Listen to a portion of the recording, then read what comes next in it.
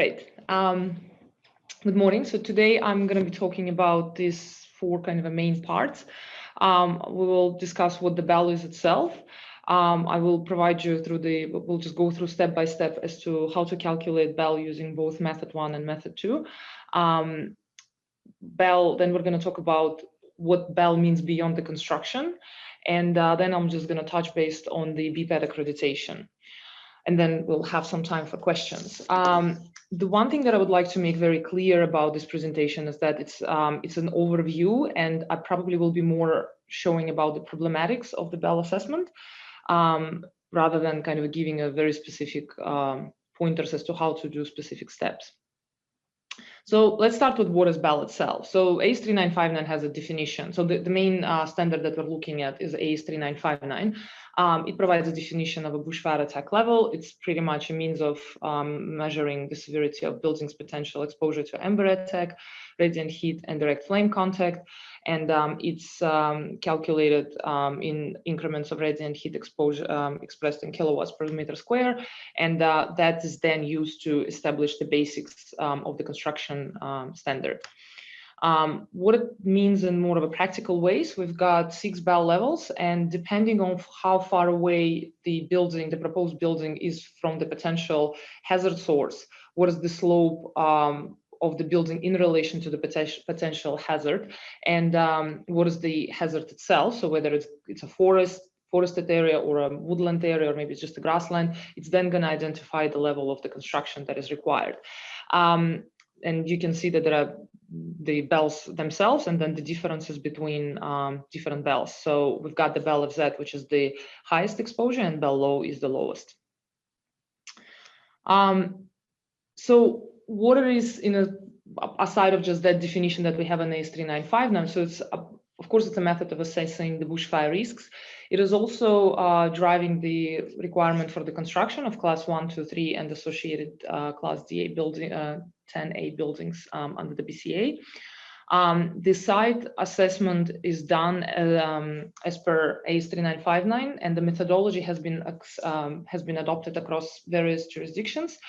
For example, in New South Wales, if you are from New South Wales, then you probably might be aware with the planning for a bushfire protection, or PBP for short, that uses AS 3959 on the base of it, but then there is an expanded distance that needs to be assessed, and the vegetation classification is expanded as well.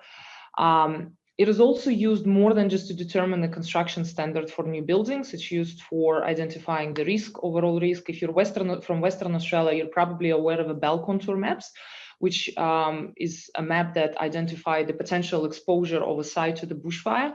It might be specific to a site, it might be specific to a building, it might be specific to an extension of the building. So there are various ways of how we can use the BAL.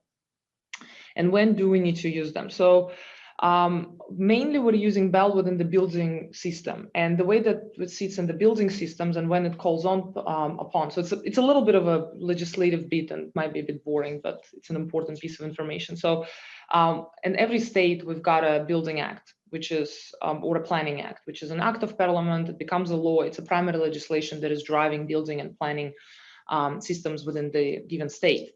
Then the act is giving rise to regulations. So it's building or planning regulations, which are becoming a law, but they're a bit more administrative in nature.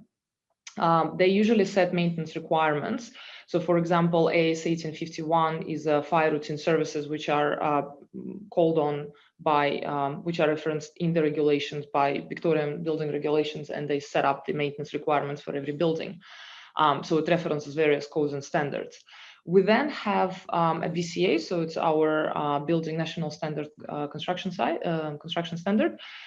It is referenced by the Commonwealth, state, and territorial legislations, which means that it's ruling for both federal and state buildings and developments and sites. Everybody have to comply with it, or all of the buildings and all have to comply with it. It sets out minimum technical requirements, which, for example, within the bushfire space, it will set up more a performance criteria requirement saying that the building, for example, I don't know, the window has to be meshed or protected in a way that the ember is not gonna penetrate the building, and the building is not going to be compromised in that way. That can be one of the examples.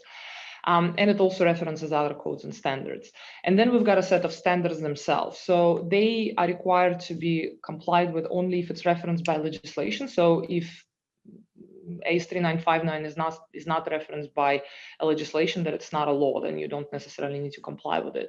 So as an example that I used before, the fire routine services, the AS 1851 standard, it is not always the law, but it can be if needed. I've mentioned several states, and depending on the state that you're working in, you've got a different building regulation. So if you are interested further in and finding out where you can find more information and on specific application of AS 3959 or whatever the other standards you're interested in, you've got acts and regulations in different states. I am from Victoria, I'm from Melbourne, obviously, and I will go through, just kind of give you a bit of an overview of the Victorian system and how it sits in Victoria. But if you are from the other state and you're interested in that, then I would suggest going through one of the act or regulations to see how the system works in your state. So in Victoria, what we've got is an integrated planning and building framework, which is has been in place after the 2009 bushfires, so Black Saturday fires, and it was created in response to the Victorian Bushfire Royal Commission. Pretty much what it does, the fire authorities in Victoria have classified all of the land within the state based on the hazard level. And then depending on that hazard level, so as you can see here, we've got 3 hazard levels. The most extreme and significant bushfire hazard is requiring us to, there is a description of the hazard and the center of the hazard, but the response that is provided to that is a planning response, which means that we're not looking only at the building itself and saying that, oh yeah, it has to be built to, say, BAL 29, but it is also taking into account your water supplies for the site if you do need to either put out the fire, or the fire authorities need to come in and use that fire to fight fire somewhere else. It talks about access points that if needed, then the community can, or people who live in the property, or if it's a larger development, people can go in and out in a safe way, safer way. But then if you are sitting within that statutory response, and if you want to develop, you're also getting, as a part of your planning application, you also have to apply, you're getting your building permit, which then identifies your BAL. So then it's kind of attached to it. And if the hazard level is moderate to high, then all you need to do is just, then you are sitting within the bushfire prone area. So then you are only using building regulations, which then calls upon AS 3959, and that's, then you kind of are limited to that construction. You kind of don't really need to do a wider thing. And then if you're in a low bushfire hazard, then there is no, obviously, bushfire requirements, which is by large, it's just probably just metropolitan Melbourne, maybe parts of Geelong, so something where there is no immediate fire. So it's usually quite urbanized areas. And when we're sitting in the bushfire, building legislation, so just as an example how it works, so you've got your Building Act, then you've got your building regulations, you've got the National Construction Code, which consists out of 2 volumes, and depending on which part of this, both of these volumes, depending on what you're looking at, the type of a building, then they call up on the Australian building standards and codes. So within the bushfire space, we've got 2 standards. We've got the AS 3959, which is construction of buildings in bushfire prone areas using timber. And we've got the NASH standard, which is a steel frame constructions in the bushfire areas. The NASH standard is talking only about the construction site itself. So it calls upon the AS 3959 for the methodology to identify your BAL. So even if you want to build a steel frame construction, you still need to use parts of AS 3959 to identify your BAL level. So that's on the legislative bit. And then what is this BAL assessment methodology? So as I mentioned before, there are 2 methods. So there is a simplified method, which consists out of 6 steps. All of these extracts are from AS 3959 directly, and you can download it. I think it's still available for free from the SAI Global website, so you can access a PDF version of it. there are 6 steps of the simplified methodology. They seem to be very straightforward, but as I will go through step by step, I hope that it's going to become evident that it's actually quite difficult. At times, it can be quite complicated. And then we've got the method 2, which is a detailed method, which allows for a customized input. And I will shortly, I will go very briefly through that. And the method 2 really requires a very highly qualified practitioners to use it. Same as method 1, but more so method 2. So the first thing that we're doing is assessing, identifying your fire danger index, or FDI. We've got 1, 2, 3, 4 FDI levels in Australia. So we've got FDI 100, 80, 50, and 40. Most of the states are within 1 FDI, but Victoria and New South Wales got different FDIs because there is an alpine regions and the rest of the state. And you can have a look into depending on which area you're in, you're going to have to use a relevant FDI. I hope that was enough time for you to write down the answers to your question. We're then going to the classification of vegetation, which is it's probably one of the most contentious issues in the bushfire industry that we keep seeing. The way that you are assessing vegetation just following AS 3959, you're looking into the table. So I've got one example, and I'm going to go through most of the examples I'll show you later on. So we've got vegetation, 8 classifications. We've got forest, woodland, shrubland, scrub, grassland, so forth. We've got the description of different types of it, and then we've got some pictures. And you can kind of imagine that when you're standing, it kind of all looks relatively straightforward when you're looking into this description, but when you're going into the real life and looking into the actual site, it can become quite tricky. The main thing that one needs to remember when they're assessing vegetation, you're not assessing it based on the ecological value. So just because you can call it a tree, like a forest in the ecological sense, it's not necessarily forest for the BAL assessment, because you need to know, or you need to understand the potential fire behavior of that particular plot of vegetation to then convert it to the relevant vegetation classification. So I hope that it makes sense. So then the classification kind of becomes one of the primary governing factors in determining the BAL. We've got 8 classifications, plus we've got exclusions. I'm not going to go through exclusions. I'm just going to briefly mention them. But that's the second step that we need to do. And I'll show you a couple examples. So these are examples of forest. So this area here is going to be classified as a forest, as well as this area is going to be classified as a forest because of its description of the fuel loads. We've got a bit of a fuel on the bottom here. Then we've got a continuum from the surface to the crown. And here is obviously very, very fuely. So if it's going to, if the fire is going to lodge in there, then the behavior is going to be forest-like.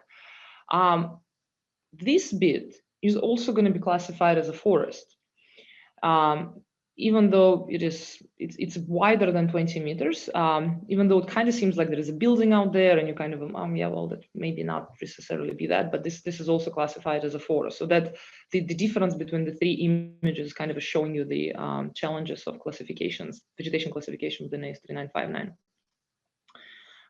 The next bit is a woodland. That's an example of a woodland. That's not a very scientific, but usually the practitioners are describing it as, if you can kind of run through it, it's probably woodland. If you can't run through it, it's probably forest, but it's obviously more complex than that. This is another example of woodland. So here we've got something more of a savannish-like vegetation, where we've got relatively low surface fuel, but then because of the height of the trees and the crowns of the trees, then the availability of elevated fuels, then that becomes a woodland as well, as same as these 2 images are demonstrating woodland as well. So again, you can see the differences between all of them. The next vegetation type is a shrubland.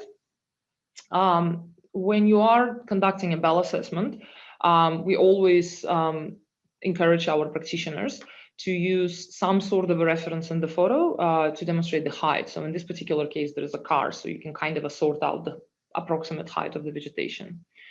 Then we've got another image of what can be called both shrubland, but then some people can also classify it as a grassland. So another issue with the classification of vegetation is that it's quite subjective. So all of the other steps are kind of a more, they're not as easy to play with, I guess, in a sense, because you can't really, if you're going and calculate your slope, it's going to be 5 degrees or 6 degrees. It's not going to be 5 to 10 degrees. The difference is very unlikely to occur. The same with the distances. You might be differences between 1 or 2 meters at tops, but with the vegetation, we have seen where people are classifying it completely differently, and depending on the very differently, and depending on the classification, your BAL might change dramatically. So that's an example of shrub or grassland.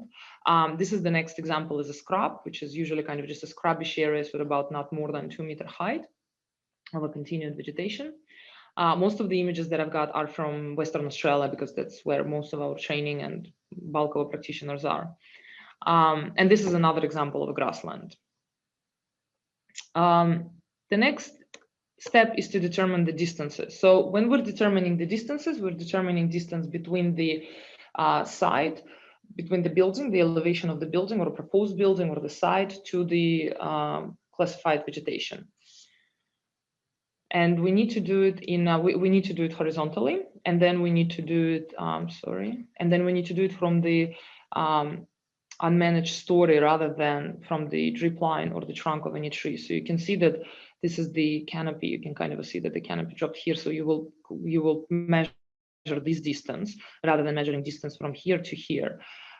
Here probably it should have been a little bit further out here, this line, but again, you're measuring from that overshadowing here of the vegetation. The next step is to determine effective slope. When we're talking about the BAL assessments, there are two types of a slope. So there is an effective slope and there is a site slope. We are not touching a site slope for the level 1, but we will need it, for a method 1, but we are going to need it for method 2. And effective slope is a slope under the classified vegetation. It's not the slope between vegetation and building. So this is going to be the effective slope. This is not encountered, that's a site slope, so we don't need it for method 1. When we're looking on a slope, we need to look at a slope and its direction from the perspective of a building rather than from perspective of a fire. So if you are from the fire behavior kind of a profession, or if you have that knowledge and that's how you learned about the bushfires, the fire runs faster and more severe upslope. But then when we're looking into the AS3959, the more danger comes from the downslope, it's just called downslope, so it's just opposite. So there are three, there is the downslope, upslope, or flatland. Flatland and upslope is calculated in the same way, so it's just the one entrance. But the downslope is, for the method 1, it goes from 0 to 20 degrees, and it's calculated in the increments of 5 degrees. So when you're going to be looking into the tables, to which we're going to go in a minute, you will see that the slope is identified from 20 to 15, 15 to 10, and so forth. When we're doing classification and the BAL assessment itself, AS3959 doesn't really have any boundaries for an assessment. So it doesn't tell you that, oh, assess all vegetation within a 100-meter radius or 150-meter radius. It just says go and classify all vegetation. And then you can do it for as much as you can. However, what it does do is then when you've classified all your vegetation, you can then exclude particular vegetation. And you can exclude everything that is outside of a 100-meter zone. But you're still encouraged to do the classification of vegetation and then slope beyond that, because you need to understand the fire. Sometimes you need to understand the larger picture to determine your potential bushfire behavior correctly, because the fire is very unlikely to go to a 100-meter mark and say, oh yeah, that's it. Now the slope is going to be changing here. We're going slope. The slope is going upslope now, so we're going to be very not going to be as severe. So again, to do anything with this BAL assessment, even though it does seem like it's a relatively easy process, you do need to have a decent understanding of the science behind it. This is just an example, again, from AS3959, how to do the calculations of the slope. And what it also shows is that sometimes you might have a different plots of vegetations that are either different vegetation that has different slopes, or it might be even the same vegetation that is going to be broken by different slopes. And that's just demonstrates how to calculate it. And now we're going to the fifth step, which is determining your BAL. And we are doing it by looking up at this table. This happens to be FDI 100 for Victoria. But if you're going to look into S3959, we've got tables from 2.4, 2.7, and they've got different FDIs. As I told you, all upslope and flatland are kind of sitting in the same grouping, and then the downslopes are different. So say if we're going to have a forest at the downslope of, I don't know, 3 degrees at the distance of 30 meters, then it's going to kind of put us somewhere here, and then the BAL determined BAL is going to be BAL 40. So that was level 1, method 1. And now moving on to method 2. And again, I'm not going to go into details about it. I'm just going to show you just show you what it is. As you can see straight away, we've got 10 steps. We had 6 over there, and then we have 10 steps here. Step 1 is quite often already problematic, because sometimes you want to change the FDI, or you want to have a look into the wind speed, and then you need to perhaps you need to even buy the weather data, and that's quite expensive, and it's not always available in the region. So I know that in Western Australia, in some spots, there is just no weather data available close by. It's just the weather station is far away, so they can't really even do the proper method 2 calculation if they want to change all of the inputs.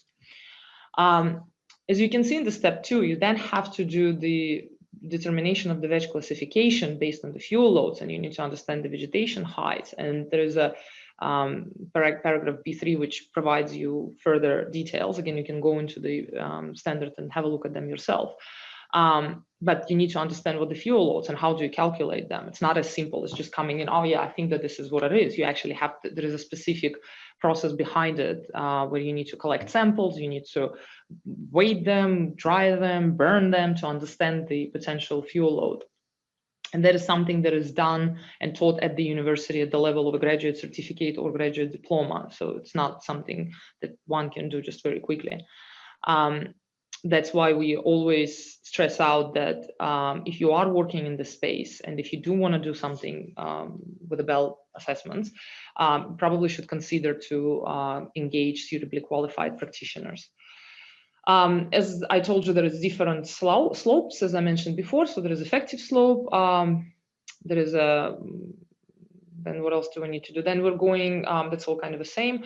Then we're going to calculating flame length, flame width, elevation of receiver, radiant heated flux, and I'm just going to show, and then you're determining the BAL. So I'm just going to show you the complexity of it, just using one example of the radiant heat flux. There is a formula that you need to follow, so you need to understand all of the inputs in it, how to calculate them. You need to understand, again, all of the science behind it. So again, not a simple process. In order to calculate the BAL assessment, particularly with method 2, there are quite a few Bushfire online tools. I think that you can find quite a few just by going online. Some of them are free. I don't necessarily always trust them. You kind of want to make sure that people have done, like, just if you want to use one, just do your research and make sure that the calculator that you're using is proper calculator. It's a scientific calculator. So I just have an examples of 2. So we've got a flame cell calculator that does everything that you can see on site here, and the wood solutions also have the BAL Bushfire Calculator. There is a bit of a limitation, so we've got a method 2 calculator which allows you to determine for any slope input, and the wood solution is not suitable for use of effective slope under classified vegetation that is more than 20 degrees. So there is a bit of a limitation, and that happens with quite a lot of the calculators. I'll show you how to use it, and then I'll show you different inputs in it. So once you log in our calculator, you've got this. We're going to go and do the method 2 Bushfire Calculator. This is all the inputs that you can put. So obviously there is a title, then you can put effective slope, side slope. When you're going to choose vegetation classification here, it's then going to populate the fuel loads as per AS3959. Now, if you went out and done the fuel load, recalculated it, then you can change that, and that will drive the BAL level as well. And then there are also all of the heat combustion, flame temperature, ambient temperature, relative humidity that again you can change if you've got a proper evidence and you've done proper calculation that will support your inputs. So the example that we're going to use, we've got the effective slope of 21, side slope 17, use the woodland, distance to vegetation, it's 2700, haven't changed anything in the bottom, and we came up with a BAL of Z. And you can see here that understory fuel load is 15 tons per hectare and total fuel load is 25 tons per hectare.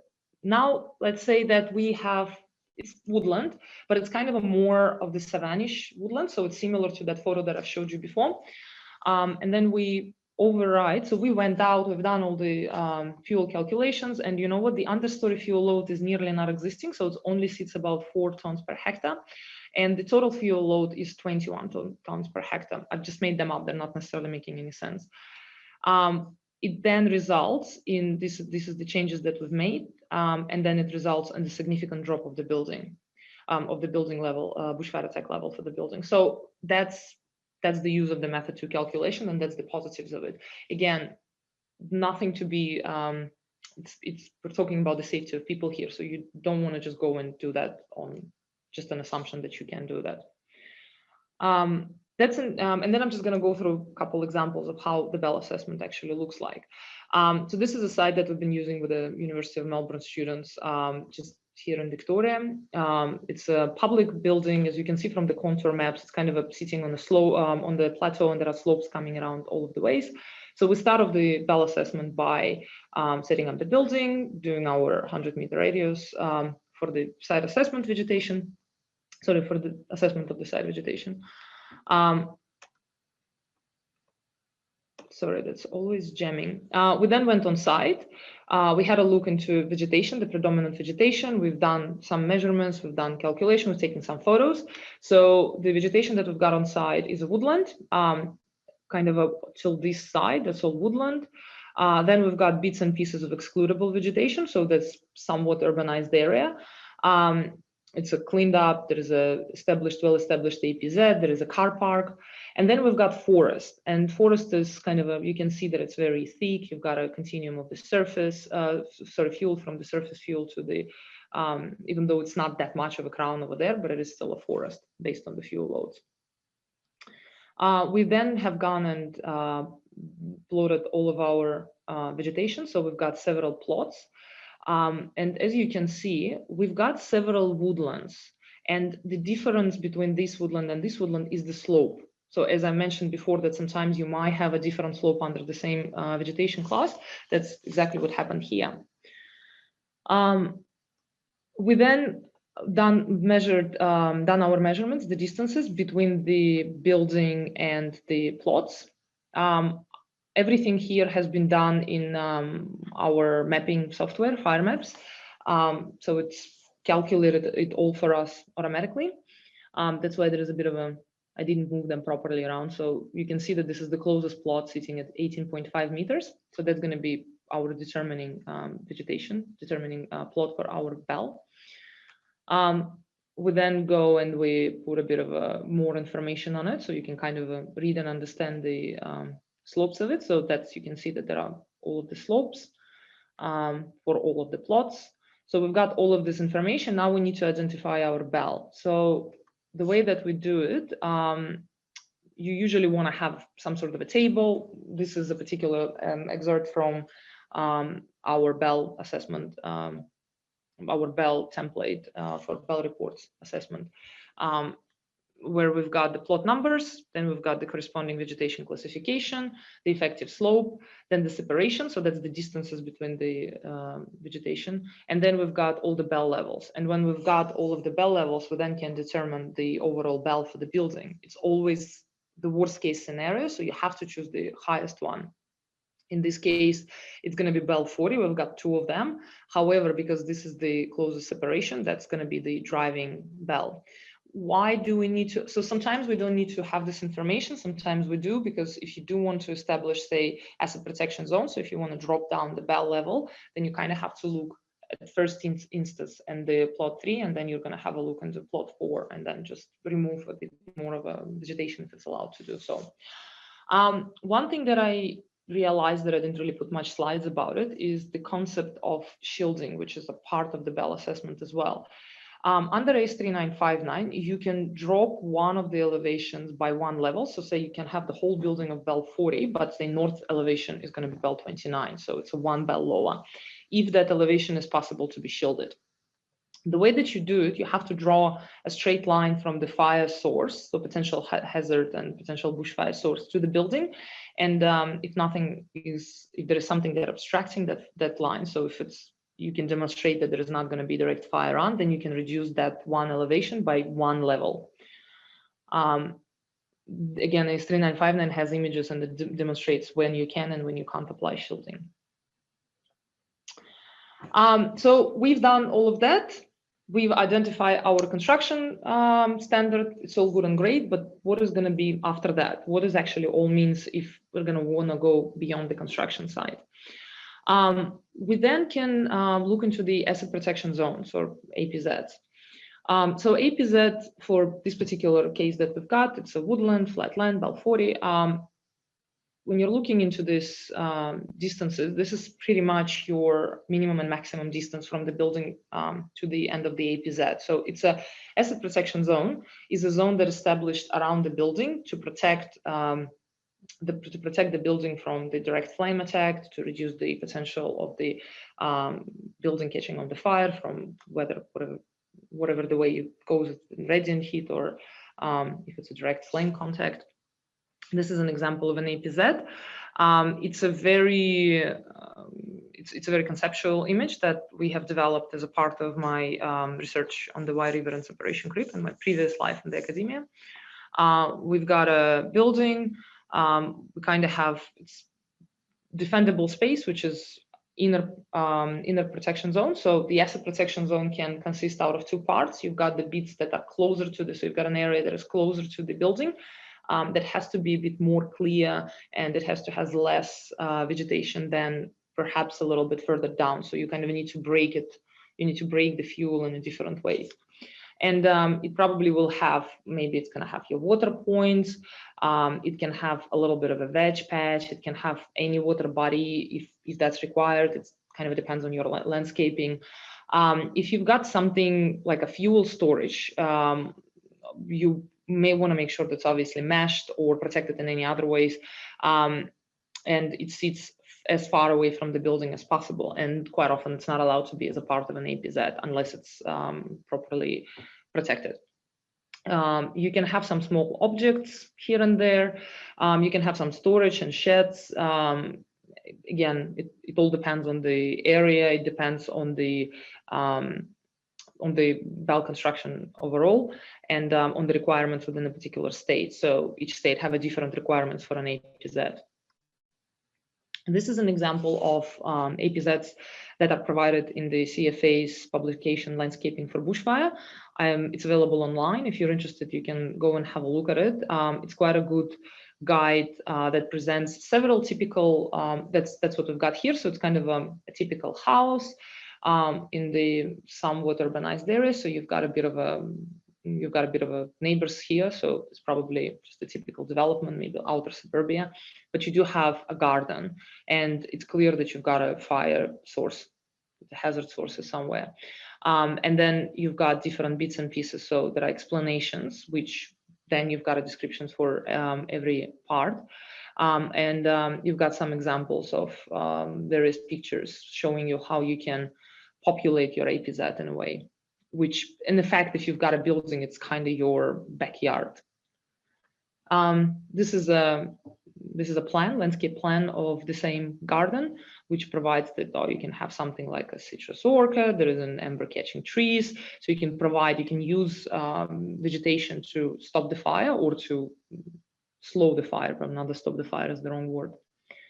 Yeah, you've got some remnant indigenous trees here. So again, you can have a look into all of this online if you're interested. So this is another example of thinking about what the APZ is. So we've got a building, we've got kind of 3 zones. This is a Western Australian example. So there is a most intensive zone, which is a very highly managed. It's pretty much just concreted over. Then we've got a managed zone, zone number 2, which has a bit more vegetation. It has to be maintained regularly throughout the bushfire season. And then you've got the least intensive zone, which requires less maintenance and allows for more vegetation on it. And I'll go through a couple examples of how it looks like in real life. So this is a low fuel area.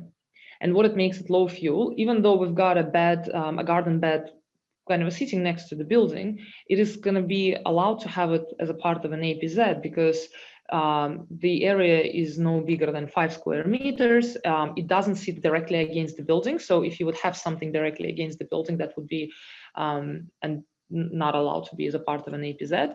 Everything is trimmed and maintained, and there is no dead matter. So when we're talking about dead matter, it means that it's just a dry fuel.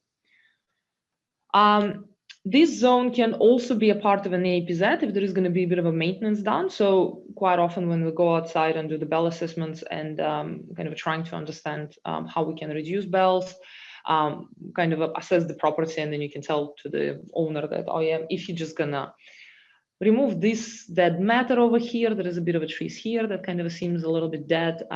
If you're gonna make sure that the mulching is quite small, so maybe do a little bit of a maintenance, then that can become a part of an APZ. But something like this needs a lot of work in order for it to become a part of an as a protection zone, to be considered to be a low fuel. Because we do have quite a lot of clumping, so the few trees and bushes are clumped together.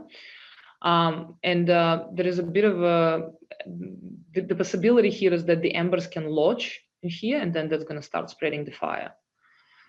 If we're looking at this particular clump on a landscape, that if you've got the whole field that is just empty, and then that's one clump of the trees, then you potentially might be able to exclude it, but you have to go through the exclusions of the AS 39592 to make sure that you can do that, to see whether it's possible or not. This is, on the other hand, can be considered as a low fuel because the trees are trimmed to 2 meters from the ground level. You've got the grass that is well maintained. It looks like it's a part of the constant established. So you're kind of looking at it. It's it's reasonable assumption that it's going to be maintained in the same level and the same state for a while. And I'm just going to show you an example of before and after establishing APZ. So this is an image of before an APZ. So you can see this is the main tree that we're looking at. So once kind of all of these clumps of trees and everything around there has been destroyed, and the grass has been maintained, it kind of turned into this image, and now it's considered to be a part of an APZ. So what I've spoken to you before is, I hope that it came through, that it's a bit more of a problematizing how to do the BAL assessment. Again, we strongly encourage everybody to use suitably qualified and hopefully accredited practitioners. We've got 2 accreditation schemes running in Australia. We've got a Tasmanian accreditation scheme, which sits with the Tasmanian Fire Services, but we've got our own BPAD accreditation scheme, which is available in Western Australia, Victoria, and New South Wales, and we are looking into rolling it out in Queensland and South Australia. So it's been implemented in 2006. It recognizes practitioners who assist the community undertaking development on land that is subject to bushfire impact. We've got a national approach that is then customized based on the state. And all of our practitioners have to meet the criteria, which is based on the accreditation requirements and the competency level. So if you are looking, so if you're somebody from the neighboring or associated profession, so if you're an architect or builder or developer, and if you're looking for somebody who do the bushfire bushfire attack level assessment for your property development, when you're getting an accredited practitioner, you're getting somebody who's got a competencies and insurance. Professional indemnity and public liability insurance, which became a big thing after last year's bushfire season. And within our BPAD accreditation scheme, we've got 3 levels of practitioners. So we've got the level 1 practitioners that are doing just basically BAL assessment. So that's going through the 6 steps and just saying, yep, you're going to have a BAL FZ or BAL 40. Then we've got the BPAD level 2 that they can do the prescribed design requirements. So they can do planning applications and suggest how to establish and maintain an APZ, for example. And then we've got BPAD level 3 practitioners who are working within the alternative design solution space, and that's a space where we can engage with the method 2 calculators. And that's all from me. Thank you, and I'm gonna stop sharing and we're gonna have some questions. We've got a few questions that came up during the presentation. So look, the issue around vegetation and how it's classified is always a key issue.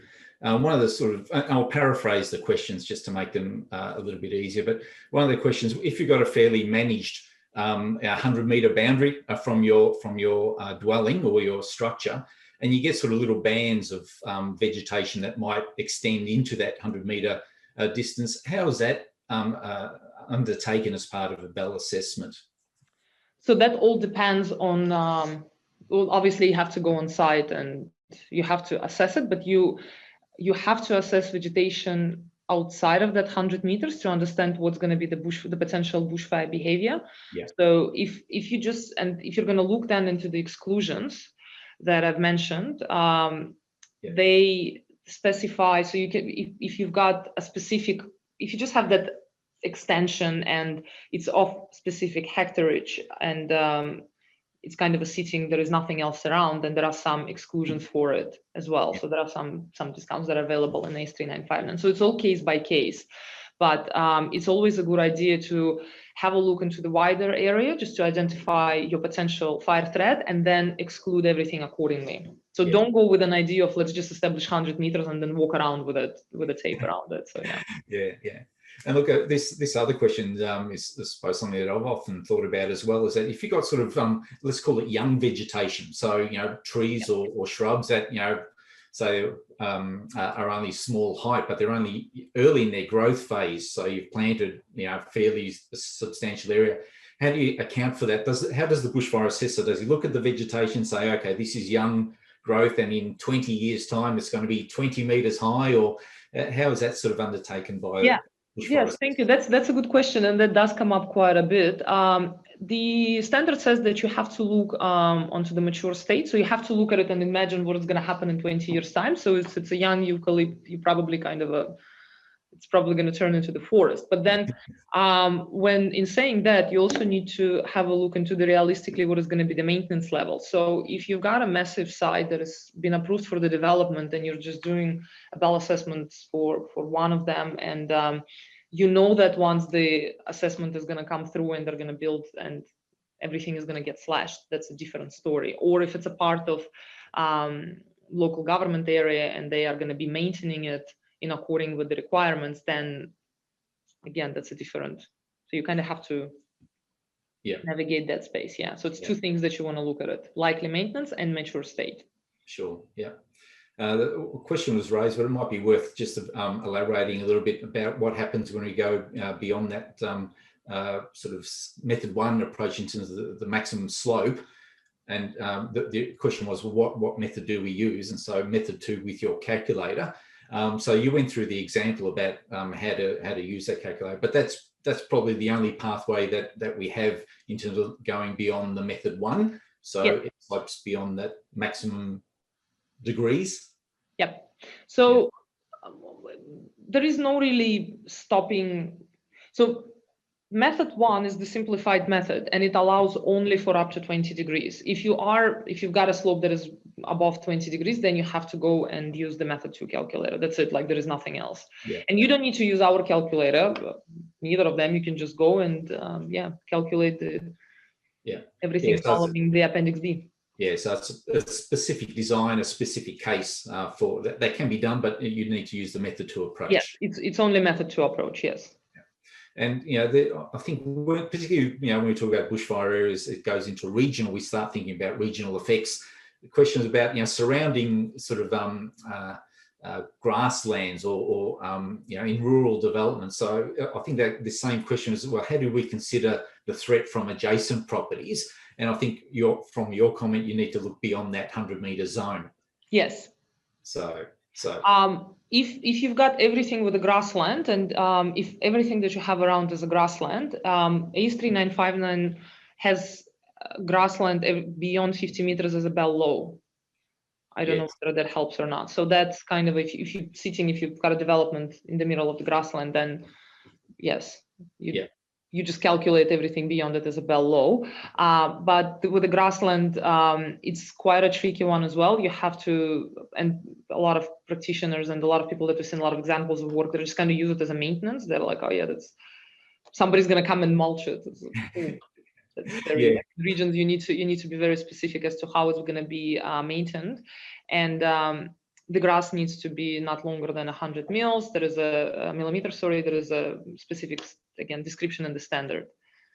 Of how it needs to be, and you need to understand how it's going to look in a mature state and whether it's a curing or non-curing. We've got an international question from New Zealand. So whether or not the same approach could be used in New Zealand, do you have any experience with that? It definitely can. They don't have that many of the bushfires, but it can. Yes, they do have them. I've started when I was doing my postdoc at Massey University. We've looked into the Port Hills fires on the southern island next to it's in Canterbury region, next to Christchurch. So definitely, there is a. Well, there you go. Well, you learn something new every day. Yes, they've got quite a few of invasive species from Australia, so there is a bit of a fire danger there at some points. And I often hear this question being asked: we talk about method 2? Is it more accurate, and does it give you? Is it likely to produce less stringent requirements compared to method 1? Oh, it depends. So it is more accurate if you're gonna use it properly. Because it might give you better outcome, it might actually give you a worse outcome. So if you're on the southwest of Western Australia, and if you're looking into curry trees over there, the fuel loads are much higher than anything that the AS3959 accounts for. So in that particular case, if you're going to use method 2 calculations, you are more likely to come up with a BAL of Z all the way. In some areas, it's going to drop down the level. So again, it's all very case by case based. I often hear this question as well about who can actually undertake the BAL assessment. So have an architect in New South Wales wondering if he or she can do a BAL assessment, and if that's accepted by the authority. So this is more from a regulatory perspective.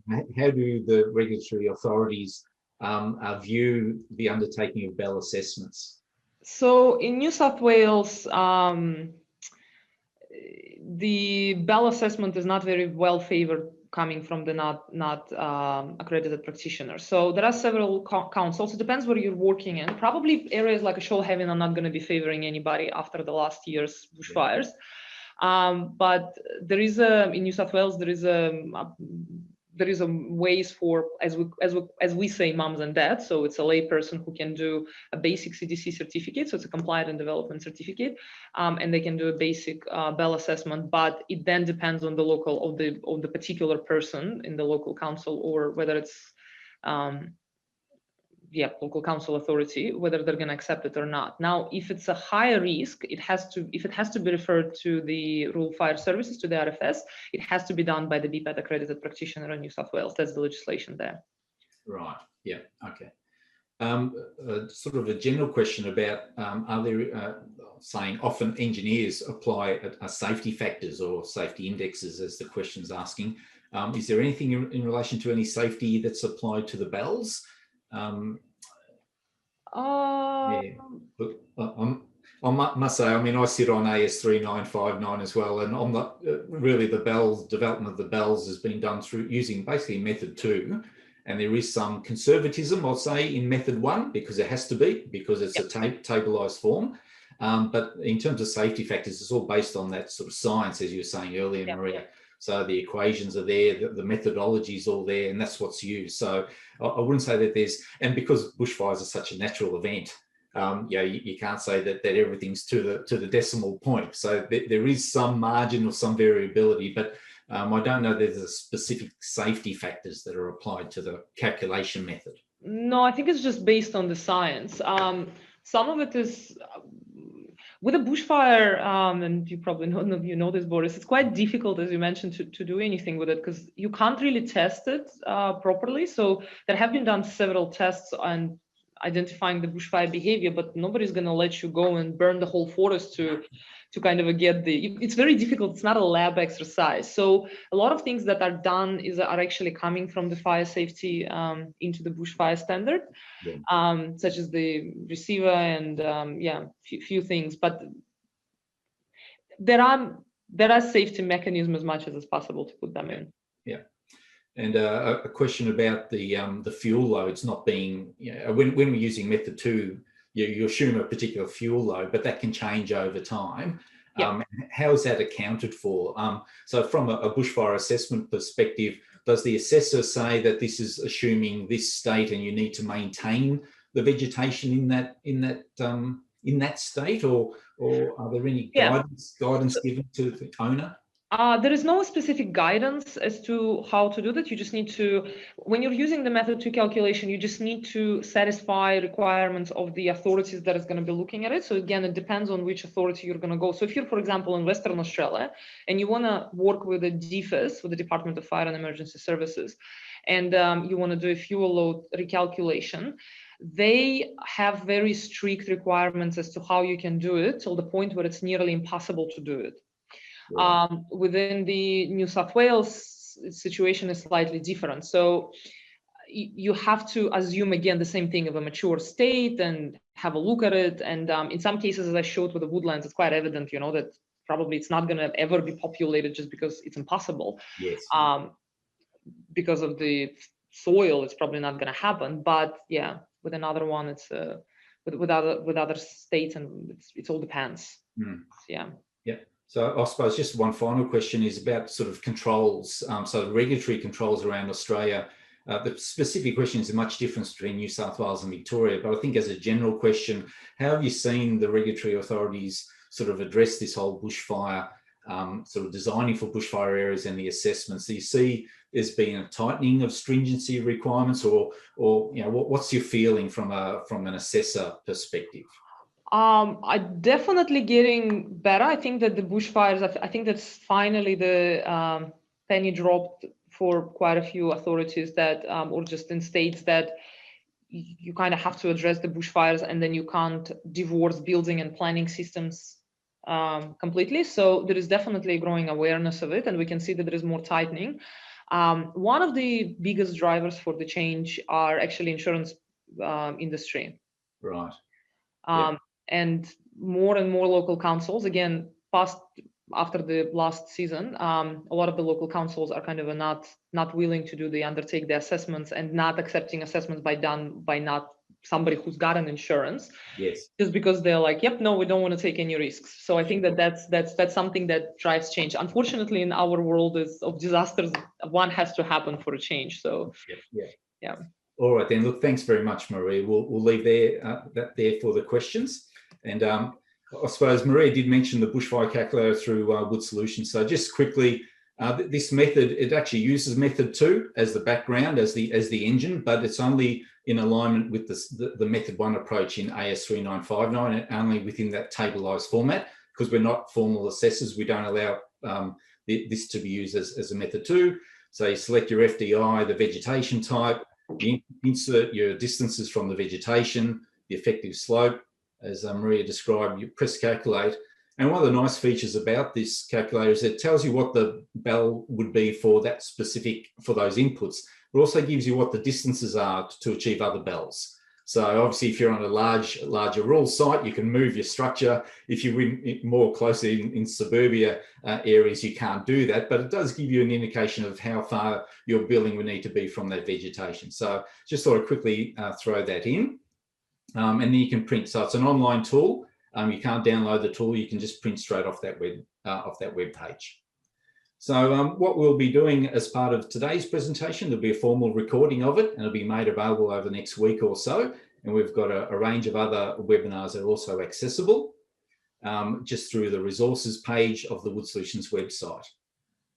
The next Wood Solutions webinar for this series will be Tuesday fortnight. And it's a case study showing this grid type structure overseas for Swatch Watch and Museum. So that presentation will be fantastic in 2 weeks' time. So again, I'd like to thank Maria for her presentation today. It's great, great understanding of the approaches for bushfire assessment, and hopefully we can see you all in a couple of weeks' time. So thanks, everybody.